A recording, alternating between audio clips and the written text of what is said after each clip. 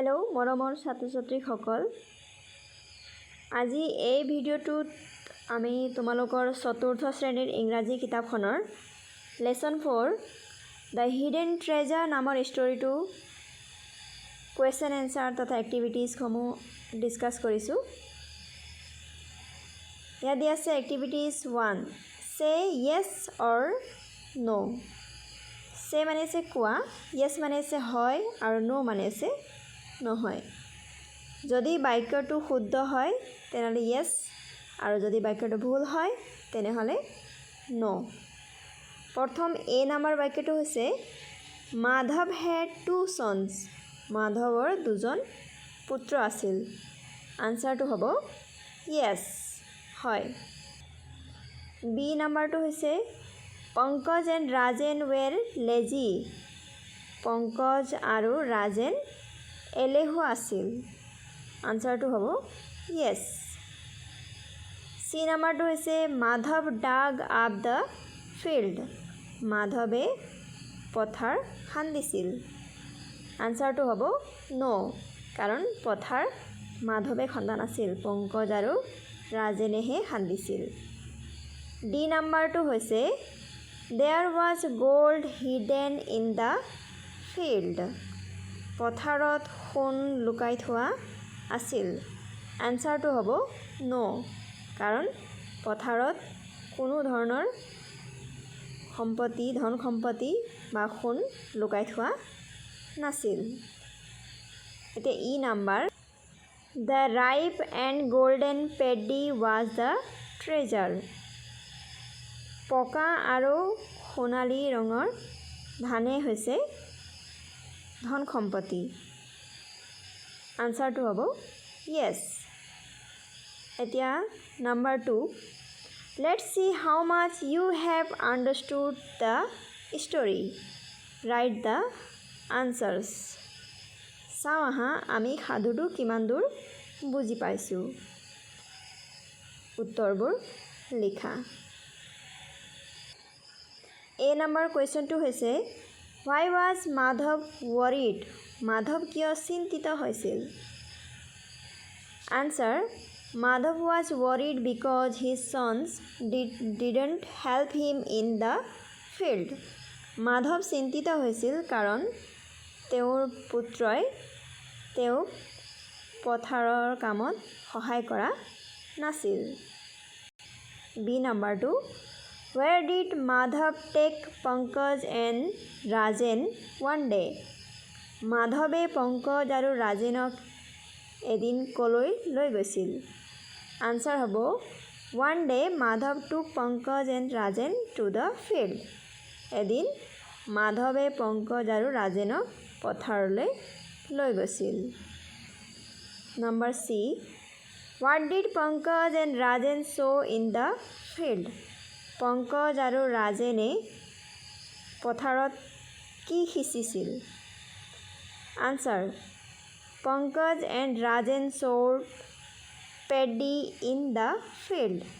পংকজ আৰু ৰাজেনে পথাৰত ধানৰ গুটি সিঁচিছিল। ডি নাম্বাৰটো what did Pankaj and Rajen realize at last। অৱশেষত পংকজ আৰু ৰাজেনে কি উপলব্ধি কৰিছিল। আনসাৰ হৈছে at last Pankaj and Rajen realized that hard work is always rewarded। অৱশেষত পংকজ আৰু ৰাজেনে উপলব্ধি কৰিছিল যে কঠোৰ পৰিশ্ৰম কৰিলে সদায় পুৰস্কাৰ বা ভাল ফল পোৱা যায়। এতিয়া নাম্বাৰ 4 ইয়াত দিয়া আছে read the following sentences from the text once again and underline the joining words।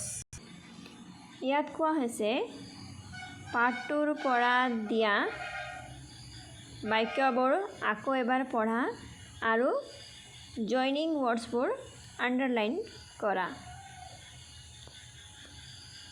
Pankaj and Rajen were very lazy and never liked to work। Pankaj আৰু ৰাজেন বৰ এলেহুৱা আছিল আৰু সিহঁতে কেতিয়াও কাম কৰিবলৈ ভাল পোৱা নাছিল। ইয়াত এণ্ড শব্দটোৱে দুটা বাক্য জইন কৰিছে, সেইকাৰণে ইয়াৰ তলত আণ্ডাৰলাইন কৰা হৈছে। তেনেকৈ ইয়াত দিয়া আছে Madhav was worried because his sons were lazy. Madhav চিন্তিত হৈছিল কাৰণ তেওঁৰ পুত্ৰ বৰ এলেহুৱা আছিল। ইয়াত বিকজ শব্দটোৱে বাক্য দুটা জইন কৰিছে। One day he told his son that there was a hidden treasure in the field. এদিন তেওঁৰ পুত্ৰক কৈছিল যে পথাৰত ট্ৰেজাৰ বা ধন সম্পত্তি লুকাই থোৱা আছে। ইয়াত ডেট শব্দটো হৈছে join words. They dug up the whole field but found no treasure. সিহঁতে গোটেই পথাৰখন খান্দি পেলাইছিল কিন্তু কোনো ধৰণৰ ধন সম্পত্তি বা খাজানা বিচাৰি পোৱা নাছিল। ইয়াত বাট শব্দটোৱে দুটা বাক্য জইন কৰিছে, সেইকাৰণে ইয়াৰ তলত আণ্ডাৰলাইন কৰা হৈছে। Now rewrite the following sentences using and, but and because. এতিয়া সেই বাক্যবোৰ পুনৰ লিখিবলৈ কৈছে and, but আৰু because শব্দ ব্যৱহাৰ কৰি। Number A, Pankaj was a lazy boy. Rajan was a lazy boy. ইয়াত দুটা বাক্য দিয়া আছে। এটা হৈছে পংকজ এজন এলেহুৱা ল'ৰা আৰু আনটো হৈছে ৰাজেন এজন এলেহুৱা ল'ৰা, আৰু জইনিং ৱৰ্ডটো দিয়া আছে এণ্ড, মানে আৰু। আনচাৰটো হ'ব পংকজ এণ্ড ৰাজেন ৱেৰ লেজি বয়। পংকজ আৰু ৰাজেন এলেহুৱা ল'ৰা আছিল। ইয়াত এণ্ড শব্দটোৱে দুটা বাক্য জইন কৰিছে। বি নাম্বাৰটো হৈছে Pankaj never liked to work, he was lazy. পংকজে কেতিয়াও কাম কৰিবলৈ ভাল পোৱা নাছিল, সি এলেহুৱা, আৰু জইনিং ৱৰ্ডটো হৈছে বিকজ। আনচাৰটো হ'ব Pankaj never like to work because he was lazy. পংকজে কেতিয়াও কাম কৰিবলৈ ভাল পোৱা নাছিল কাৰণ সি এলেহুৱা আছিল। চি নাম্বাৰটো হৈছে they dug up the field, they did not find treasure. Joining ৱৰ্ডটো হৈছে বাট।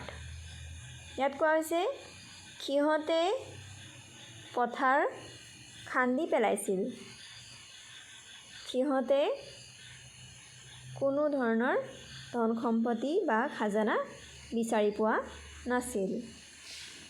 আনচাৰ হ'ব দে dug up the field but did not find treasure.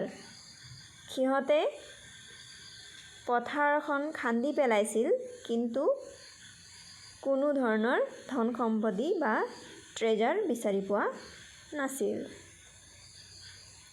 এতিয়া number 5, use and or but to join the sentences and write them. 4 নম্বৰটোৰ নিচিনাই ইয়াতো and আৰু বাট শব্দটো ব্যৱহাৰ কৰি দুটা বাক্য জইন কৰি লিখিবলৈ দিছে। Number A, she went to the shop, she bought 2 apples.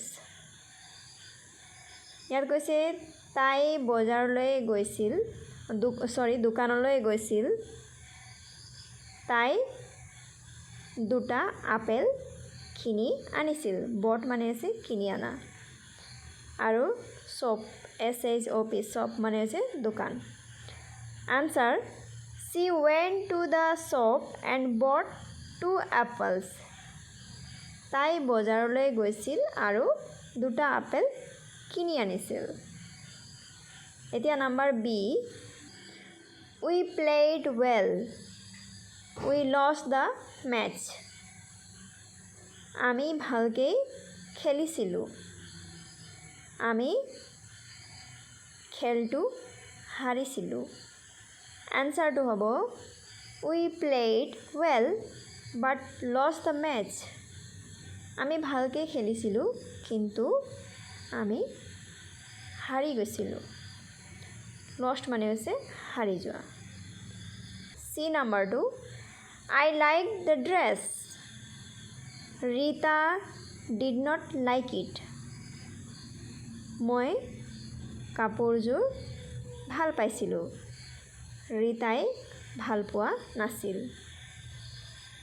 answer I liked the dress but Rita did not like it মই কাপোৰযোৰ ভাল পাইছিলোঁ কিন্তু ৰীতাই ভাল পোৱা নাছিল ডি নাম্বাৰটো she came home she watched television তাই ঘৰলৈ আহিছিল watched মানে হৈছে চোৱা আৰু টেলিভিজন মানে হৈছে টিভি তাই টিভি চাইছিল আনসাৰটো হ'ব she came home and watched television তাই ঘৰলৈ আহিছিল আৰু টিভি চাইছিল ই নাম্বাৰটো we went to the park we waited for Rahul আমি পাৰ্কলৈ গৈছিলোঁ আমি ৰাহুলক ৰখিছিলোঁ বা ৰাহুলৰ কাৰণে ৰখিছিলোঁ আনসাৰটো হ'ব we went to the park and waited for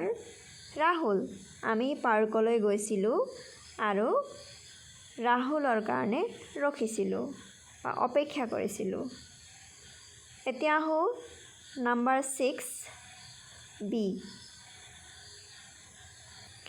Pankaj and Rajan are delighted because they would be rich one day. Rearrange the words in the sentences below. ইয়াত দিয়া আছে পংকজ আৰু ৰাজেন আনন্দিত হৈছিল কাৰণ সিহঁত এদিন ধনী হ'ব তাৰপিছত দিয়া আছে rearrange the words in the sentence below তলত দিয়া বাক্যবোৰ সজাই লিখা remember to use exclamation marks at the end and capital letters at the beginning remember মানে আছে মনত ৰাখিবা use মানে আছে ব্যৱহাৰ কৰা আৰু exclamation marks মানে আছে ভাৱবোধক চিন বাক্যটোৰ শেষত ভাৱবোধক চিন আৰু বাক্যটোৰ আৰম্ভণিৰ প্ৰথম আখৰটো কেপিটেল লেটাৰ ব্যৱহাৰ কৰিবলৈ কৈছে 1 Here treasure look is the ইয়াত বাক্যটো খেলি মেলিকে দিয়া আছে উলট পালটকে দিয়া আছে শব্দবোৰ এই শব্দবোৰ শুদ্ধকে খজাই লিখিব লাগিব Answer look here is the treasure